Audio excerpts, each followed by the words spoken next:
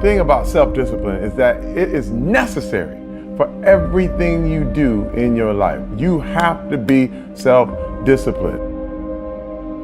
Working out, you got to work out every day. You got to stay in shape. If you don't stay in shape, you die. When I'm working out, I always do one extra rep, one extra set, because it's a promise I kept to myself. But working out might not be a priority for every single day because you've got things going on in your business world and with your family and all that.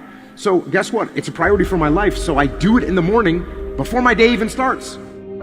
If you change your mindset and really focus it on what discipline really is, you start to welcome discipline. You welcome self-discipline into your life.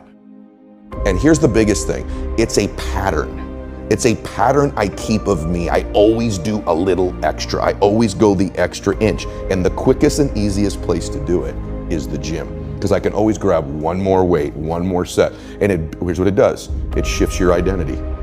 The benefit of discipline in my eyes has always been that through discipline, I get things done. I do it in the morning before my day even starts. So I can still handle the priorities for the day, but I got my workout done. So long term, I look up in a year and I'm not out of shape and breathing hard when I go up in the stairs because I maintain that discipline on a daily basis. Most people go through life never discovering what their talents are. Most people never develop their talents. You need to tell you, no more snacks, no more desserts, no more TV, we working out now. They have skills and abilities, but if you don't nurture them, if you don't develop them, they will never serve you. Your gifts can take you many places if you develop your gifts. The best gifts come from the bottom. I value myself enough to give 120% or don't do it. And that if you decide that my life deserves my developing this what I do well. Why are you only giving 50%? What's wrong with you? I grant you that if you begin to work to develop your gifts, you'll develop a strong sense of happiness. You'll get a larger vision of yourself, because part of beginning to get a larger vision of yourself, all of us need some area of our lives where we can have a feeling of competence. When other folk are having a good time, you've got to have the strength of character.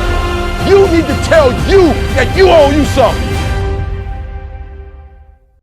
As you begin to develop and expand your skills and your talents and your vision of yourself, you will always be in control of your destiny. I want freedom. And for me, disciplining myself means more freedom.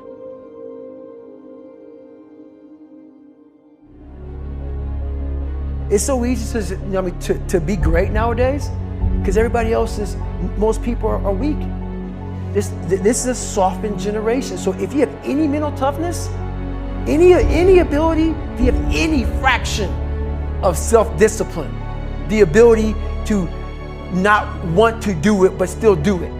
People have a hard thing understand. I hate to run. And what makes me so crazy, it doesn't anymore, is people go, well, why do you run if you hate it? What are you talking about? I don't want to take showers and eat either. I hate that too. That's life, man. It wasn't until I changed that mentality that I became somebody. I hated going to school, so guess what? I was dumb as But if you can get through to doing things that you hate to do, on the other side is greatness. That's what people don't understand. By me running, I am callous in my mind. I'm not training for a race. I'm training for life.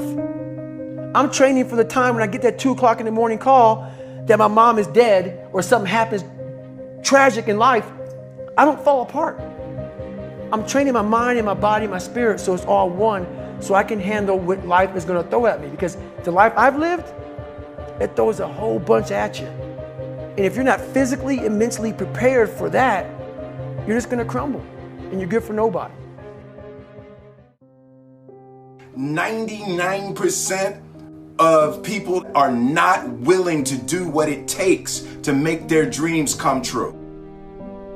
The Marines have a saying, everybody wants to go to heaven, but nobody wants to die. The center of bringing any dream into fruition is self-discipline. You know, something as simple as food and eating, it's not about your body as much as it is about your mind. It's getting command of your mind to be able to choose actions that are in your own best interest. Every day we are choosing that's not in our own best interest. So if the world is attacking you and the world wants to fight you and the world's trying to hold you down, so you're gonna kick yourself in the balls? So you're gonna stop yourself from getting what you dream. And I think the word discipline has kind of gotten a bad name. We think about it in terms of punishment. I'm not talking about discipline in that way. I'm talking about discipline in the sense that you forego immediate pleasure for the exchange of long-term self-respect. I believe that self-discipline is the definition of self-love. That when you say that you love yourself, that means that you have behavior towards yourself that is loving. Self-discipline is the center of all material success. You cannot win the war against the world if you can't win the war against your own mind.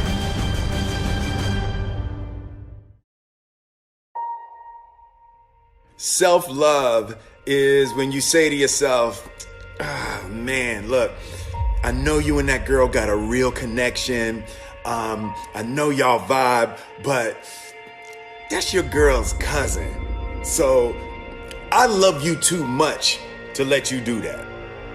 It's like you say to yourself, "Hey man, look, I know you want to eat that pizza and it'll be really good, but I can't let you eat that, man, because if you eat that pizza, you're going to feel like shit, and I love you too much to let you eat that."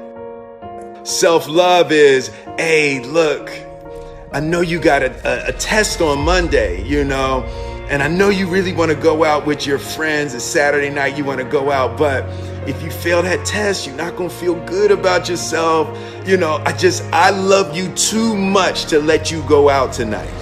Self-discipline is self-love. If you want to be happy, you have to love yourself, which means you have to discipline your behavior. The road to sustained happiness is through disciplining your behavior. We tend to base our self-esteem on what other people think. And that's not really self-esteem. Self-esteem is supposed to be how we feel about ourselves. And I was just saying how dangerous it is to allow other people to determine how you're going to feel about you. And it's kind of like looking into a broken mirror. You're going to look in a broken mirror and then change your face to try to look good in this defiled, busted, broken mirror. And it just, other people's opinions is a really way to determine how we feel about ourselves.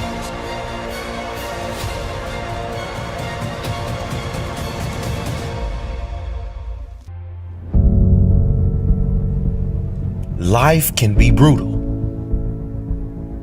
Life can be unforgiving.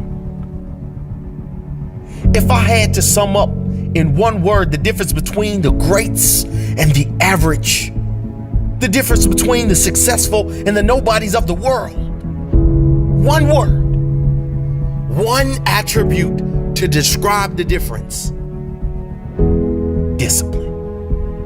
If you don't have the discipline, you can forget about the trophy.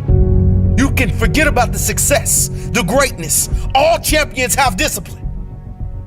It's the discipline to work hard.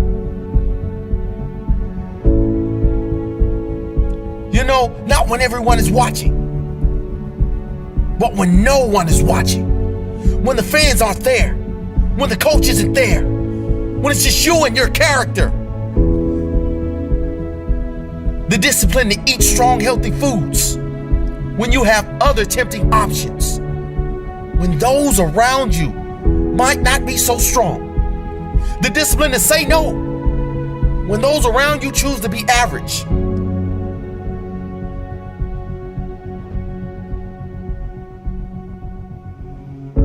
The discipline to keep going when it hurts. Because life doesn't give you what you want, it gives you what you deserve. And if you haven't worked for it, if you haven't sacrificed for it, if you haven't given your all, then you don't deserve it. And you won't get it. Push through the pain. On the other side is growth. When pain comes, that means it's time to show character. Show me your character. Remain disciplined. Stay strong. When it all seems hopeless, keep plugging away. Nothing can stop you if you don't stop for anything. Don't stop for anything. Never break your discipline. Remain faithful to yourself and your vision.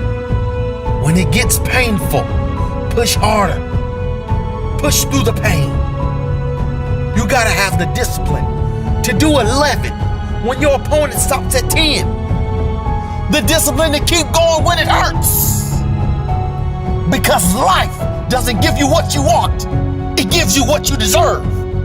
And if you haven't worked for it, if you haven't sacrificed for it, if you haven't given your all, then you don't deserve it, and you won't get it. Show your character. Remain disciplined. Stay strong. Don't say why the pain. Don't say why me. Say try me. Say, is that all you've got? Give me more. Keep plugging away when there seems to be no hope of victory. When you don't see the results, hang in there. Be strong. Be brave. Remain disciplined. And your time will come.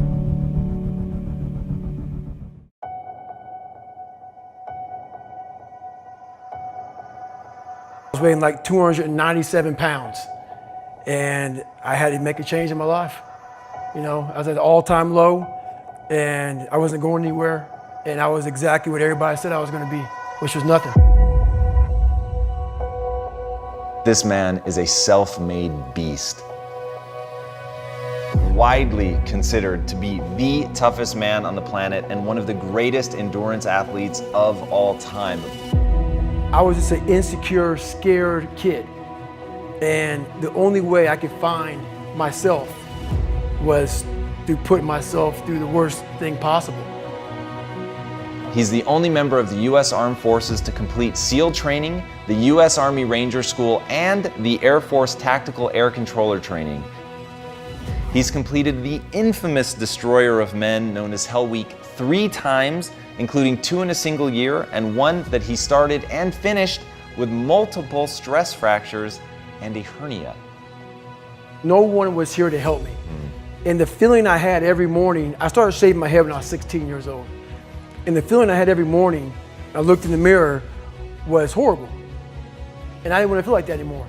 And how I felt was a kid going nowhere, a kid that was scared. And most kids will accept that and look for help. But the best thing that happened to me, no one helped me. He served in combat in Iraq, was the bodyguard for the Iraqi Prime Minister. He once held the Guinness World Record for most pull-ups in 24 hours at 4,030. No one felt sorry for me. No one looked at me and said, like this day and age, they'll take you in and they'll tell everybody, stop picking on this person. Back then, they didn't care. I had to build calluses in my brain the same way I built calluses on my hands. So I broke the Guinness Book of World Records for pull-ups a long time ago, but I failed at it twice. And I did 67,000 pull-ups in trying to break this record. So to do 4,030 pull-ups, I had to do 67,000 for training for that. He's run eight consecutive 100-mile races over 8 back-to-back weekends. He ran over 7,000 miles in a single year, and that is the equivalent of running 267 marathons. I saw myself as the weakest person God ever created. You had to have a goal. My goal was the only person that's gonna turn this person around is me. The only way I can turn it around is put myself through the worst things possible a human being can ever endure. And that'd be the only way that I can build this brain to handle anything that comes in front of it, callousing my mind through pain and suffering.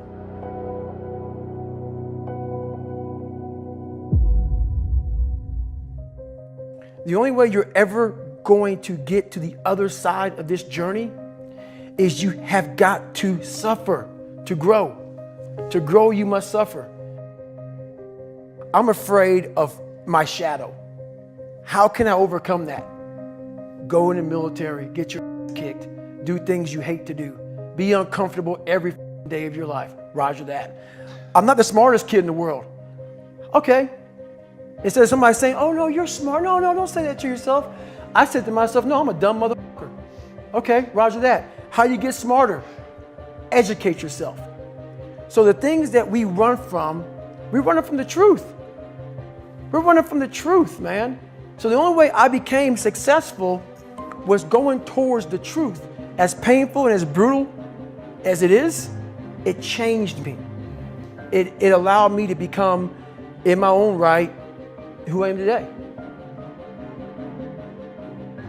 If you can, for the rest of your life, live inside of yourself, stop listening to people who are calling you fat, gay, transsexual. Everything that is makes no sense. All these insecure people putting their insecurities on you, you gotta flush it out. You gotta just be whoever the hell God or whatever the hell you believe in. If you believe in nothing but yourself, I don't care what it is. You gotta take everything and throw it away. You have to believe in one thing, and that is yourself.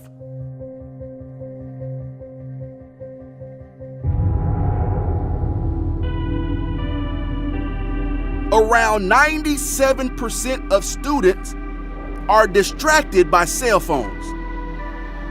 Are you a part of that 97%?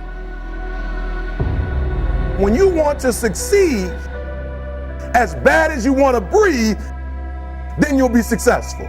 Whether your distractions are text messages, checking emails, surfing the web, playing games, or scrolling through social media, the fact remains that it is a distraction.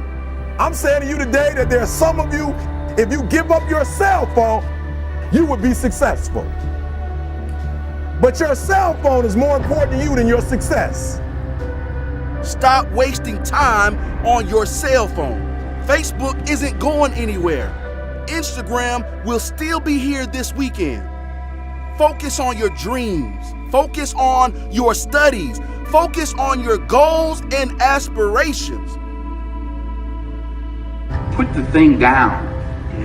Look up. You're missing stuff. What is the long-term effect of too much information?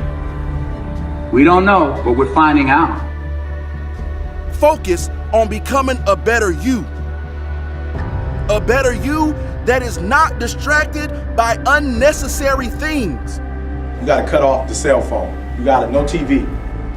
There were those of you who were watching the game last night, you really didn't have no business watching these boys win a national title, going to the NBA making millions. You didn't have no business watching them because you're not where you need to be. One that is determined to succeed and not scroll. That is determined to prosper and not post. To grow all day and not gain all day. Stop wasting time on your cell phone. And when you get to the point where all you want to do is be successful, as bad as you want to breathe, then you'll be successful. It's about you and your future. It's about your grades. It's about your dreams. Ultimately, it's about your life. The time you spend on your cell phone could be used for your success. The time you could be using to be successful, you're using it on the cell. And the cell phone is not bringing you nothing but a bill. Is your life more important than that app, than that game, that post? I need cell phones off. Listen to me. Some of you gonna be broke for the rest of your life because of that little thing on the side. You're gonna be broke for the rest of your life because of a little cell phone. We're so plugged into our cell phones that we become blind to the world around us. And somebody has told you you couldn't live without it. We can't take our eyes off the screen long enough to see the beauty of the world around us. It don't matter whose fault it is that something is broken if it's your responsibility to fix it. For example, it's not somebody's fault if their father was an abusive alcoholic, but it's for damn sure their responsibility to figure out how they're going to deal with those traumas and try to make a life out of it. It's not your fault if your partner cheated and ruined your marriage, but it is for damn sure your responsibility to figure out how to take that pain and how to overcome that and build a happy life for yourself. Fault and responsibility do not go together. It sucks, but they don't. When something is somebody's fault, we want them to suffer. We want them punished. We want them to pay. We want it to be their responsibility to fix it, but that's not how it works, especially when it's your heart. Your heart, your life, your happiness is your responsibility and your responsibility alone. As long as we're pointing the finger and stuck in whose fault something is, we're jammed and trapped into victim mode. When you're in victim mode, you are stuck in suffering. The road to power is in taking responsibility. Your heart, your life, your happiness is your responsibility and your responsibility alone. You can make a person smile, you can make a person feel good, you can make a person laugh, but whether or not a person is happy is deeply and totally and utterly out of your control. The prerequisite for spending time with any person is that they nourish and inspire you. They feed your flame. Look at your last 5 text messages. Are those people feeding your flames or dousing your fire? Put your phone down for just a second and look around. Look to the people around you. Are those people throwing logs on your fire or are they pissing on it?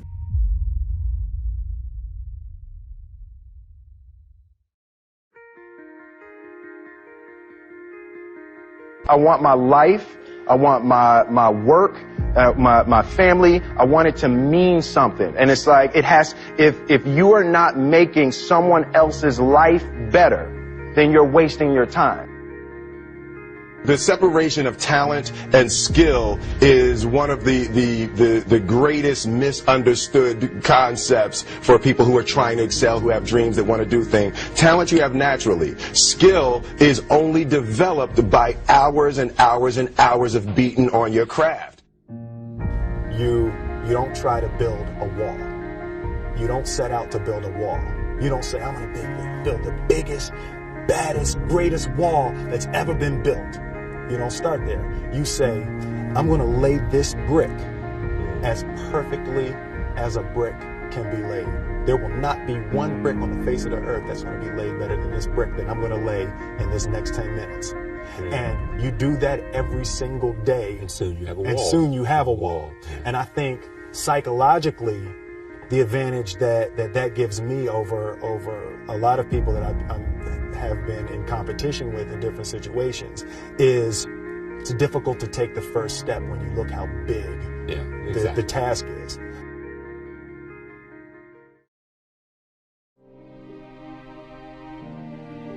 The definition of who I am is very clear to me, and it also redefines who I want to be, in that I know for a fact that I'm stronger than I thought I was.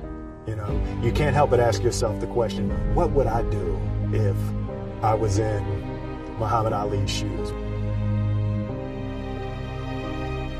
I'm motivated by fear.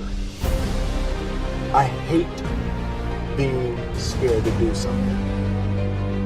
And I think what developed in my early days was the attitude that I started attacking things that I was scared of. Why were you scared in your bed the night before? What do you need that fear for? Just don't go. Why are you scared in your bed 16 hours before you jump? Why are you scared in the car? Why could you not enjoy breakfast? Fear of what?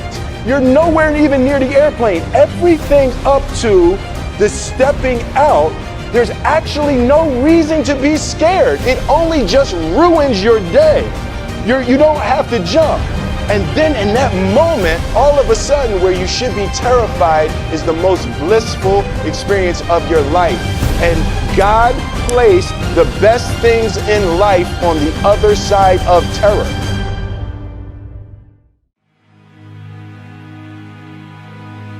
And they had the nerve to count you out. That's because they didn't understand that your motivation would never let you stay down for the count. It's times like these that we separate the real from the fake. And when it's like you can take a punch and bounce right back because you understand and know exactly what's at stake. It's times like these that we separate the real from the fake. And when it's like you can take a punch, bounce right back because you understand and know exactly what's at stake. It's money time, baby. And this is for all of the marbles. It's put up or shut up. Survive in advance, win or go home. And that's why you spend all those hours grinding. That's why you spend all those hours pushing yourself to the limit. You spend all those hours running. That's why you spend all those hours sacrificing. You spend all those hours sweating because you know there will be no time for regretting, fretting, or letting yourself or your teammates down. See, you are bound and determined to enter into the realm of greatness that's reserved for you and only you.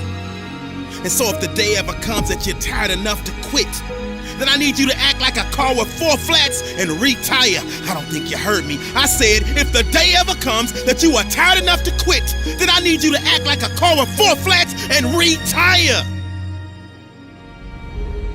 Next level success is reserved for those that are willing to not start counting the reps until it starts hurting. Not start counting the shots made until their arms are dead tired. Not start counting the sprints until they're already breathing hard. I heard a wise man say, it hurts, but it works. I say when it hurts, then and only then will you start receiving the perks, the accolades, the attaboys, the attagirls, the great jobs, the alley-oop lobs, the celebration parties with the lobster and shish kebabs, the hoisting of the banners, the sizing for the rings, the smiles, the hugs, and all of the love and respect in between.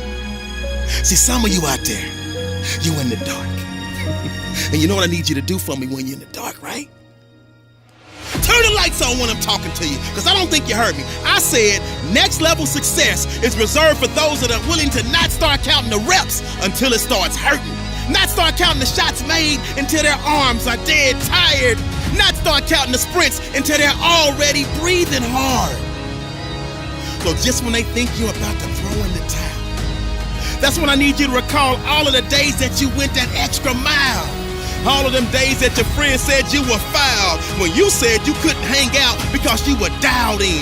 You were locked in. You were in a zone. So you had to be strong because you knew the day would come when you would have to show the world that you could overcome any adversity, any obstacles, any hardships, any setbacks, because you were prepared for any and everything. And you understood that it would be impossible to run with them cheetahs when you're walking with the turtles. You understood that it would be impossible for you to run with the cheetahs when you were walking with the turtles.